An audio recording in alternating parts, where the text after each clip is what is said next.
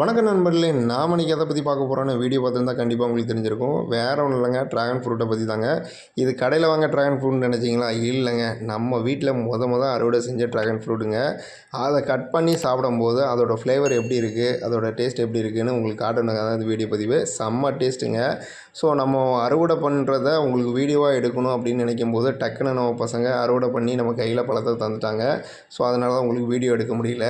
So அந்த அறுவடை செஞ்ச தடம் பார்த்திங்கன்னா இது தான், அந்த பழம் தான் அந்த பழம். ஸோ செம்ம டேஸ்ட்டுங்க.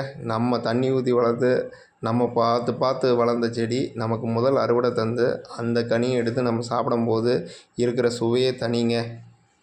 நம்ம ட்ராகன் ஃப்ரூட்டு முதல் அறுவடை முடித்து அடுத்த அறுவடைக்கு தயாராகிட்டுங்க. பாருங்கள், ஒரு மொட்டு நல்ல பெரிய மொட்டாக இருக்குது. இதே மாதிரி ஒரு 5 மொட்டு வெளியே தெரியுதுங்க.